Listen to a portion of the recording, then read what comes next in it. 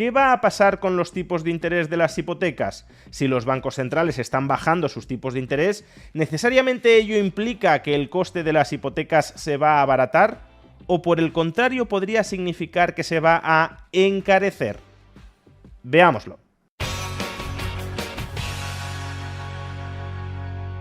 Uno esperaría que si los bancos centrales bajan sus tipos de interés, entonces también el coste de los préstamos hipotecarios se abarate, pero esto no es necesariamente así.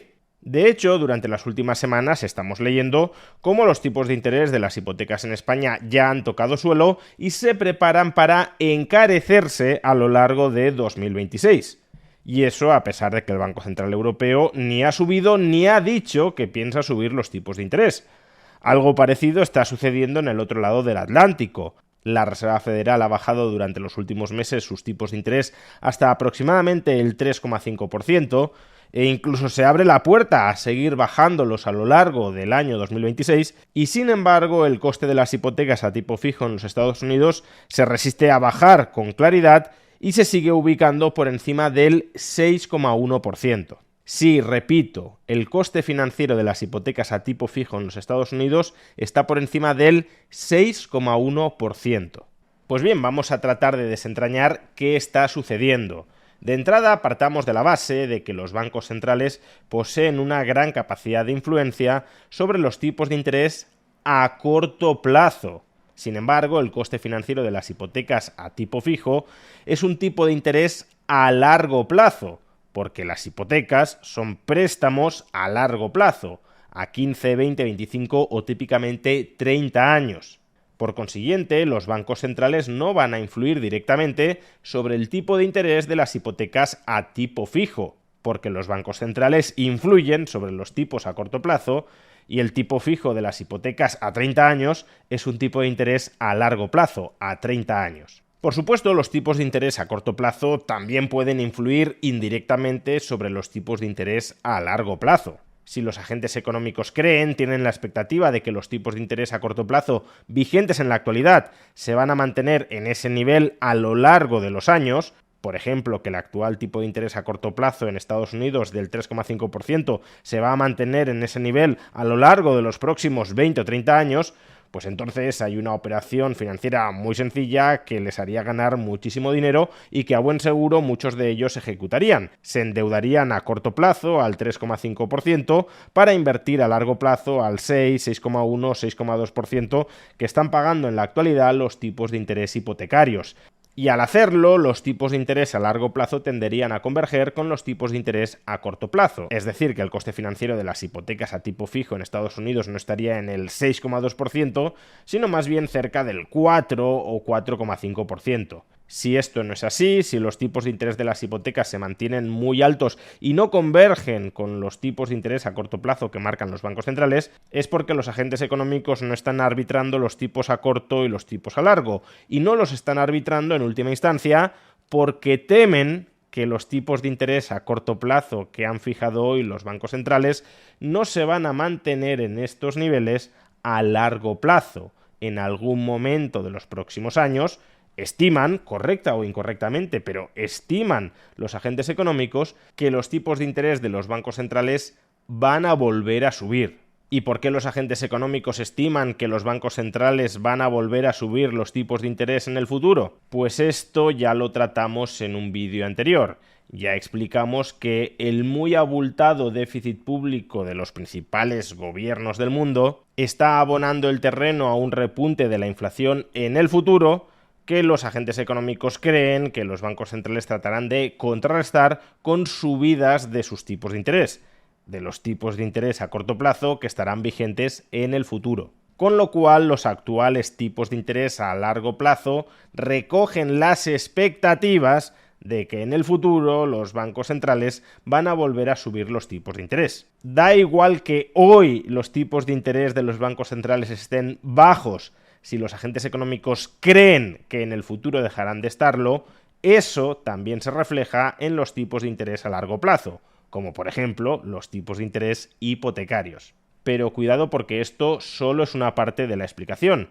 Tan a largo plazo es el tipo de interés de la deuda pública a 30 años como el tipo de interés de las hipotecas a 30 años. Y si bien ambos tipos de interés a largo plazo se ubican hoy por hoy muy por encima de los tipos de interés a corto plazo que fijan los bancos centrales, es bastante obvio que el tipo de interés de la deuda pública a 30 años no es el mismo que el tipo de interés de las hipotecas a 30 años. Por consiguiente, hay otro componente que explica la determinación de los tipos de interés hipotecarios que también hemos de desarrollar. Pero antes de hacerlo, recordad que si queréis invertir a estos altos tipos de interés de los préstamos a largo plazo, sustancialmente por encima de los tipos de interés a corto plazo de los bancos centrales que tienden a trasladarse en las cuentas corrientes en las que mantenemos liquidez, esta inversión en los tipos de interés de préstamos a largo plazo es algo que podéis hacer a través de la plataforma que apadrina este vídeo, Mintos.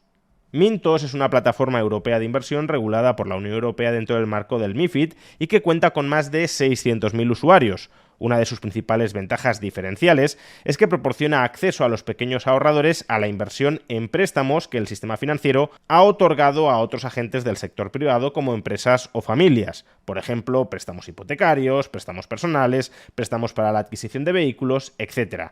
Muchos bancos y otras entidades financieras, después de otorgar estos préstamos, los venden en un mercado al que normalmente solo tienen acceso los grandes capitales. Pues bien, con Mintos, los pequeños ahorradores también pueden participar en este tipo de inversiones y obtener así una rentabilidad en forma de intereses que, en la actualidad, ronda entre el 10 y el 12% al año.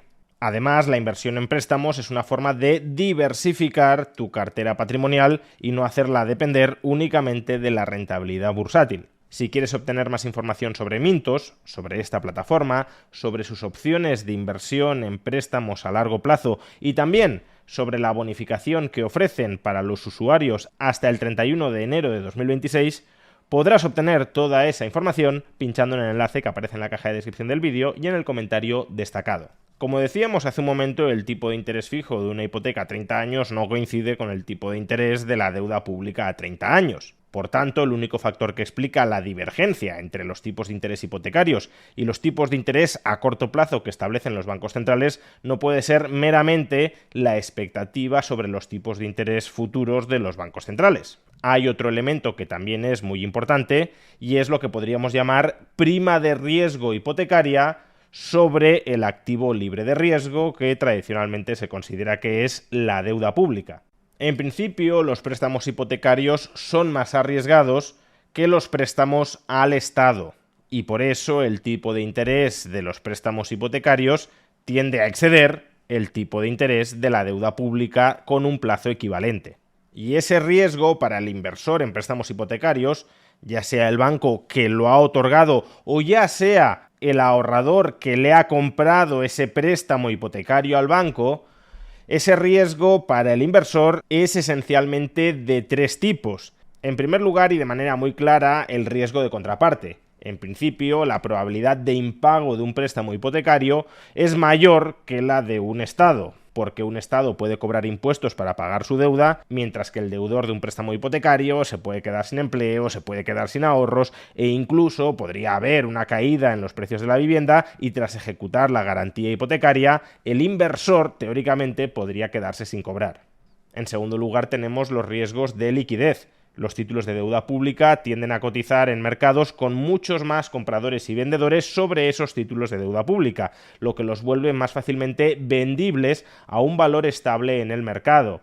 En cambio, los préstamos hipotecarios cotizan en mercados más estrechos, en mercados con un menor número de compradores y vendedores, y por tanto, si queremos venderlo antes de que se produzca la amortización completa de ese préstamo hipotecario, podemos tener que reducir el precio al que lo vendemos para conseguir deshacernos de él.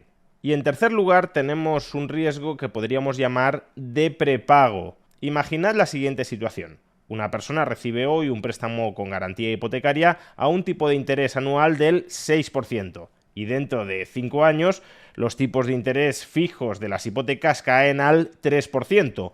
Obviamente, lo que intentará hacer esta persona que ha cerrado hoy un interés fijo del 6% al año durante 3 décadas es cancelar anticipadamente su hipoteca a un tipo de interés alto, pidiendo una nueva hipoteca al 3%.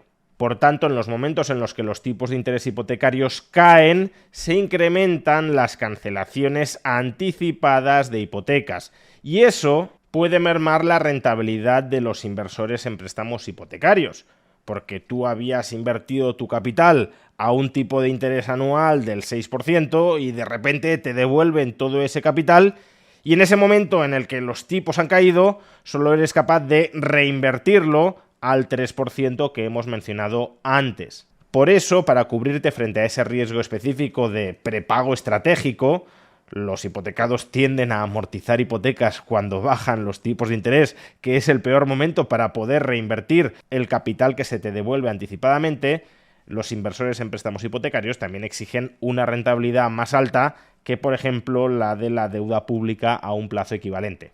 En definitiva, no hay ninguna paradoja entre que los bancos centrales estén reduciendo sus tipos de interés y que los tipos de interés fijos de las hipotecas a largo plazo apenas estén cayendo. Por un lado, porque los inversores parecen estar anticipando subidas de los tipos de interés por parte de los bancos centrales en el futuro, y por otro, porque hay un componente de prima de riesgo hipotecario sobre el tipo de interés de los bancos centrales que también explica un diferencial no arbitrable entre ambos tipos de interés.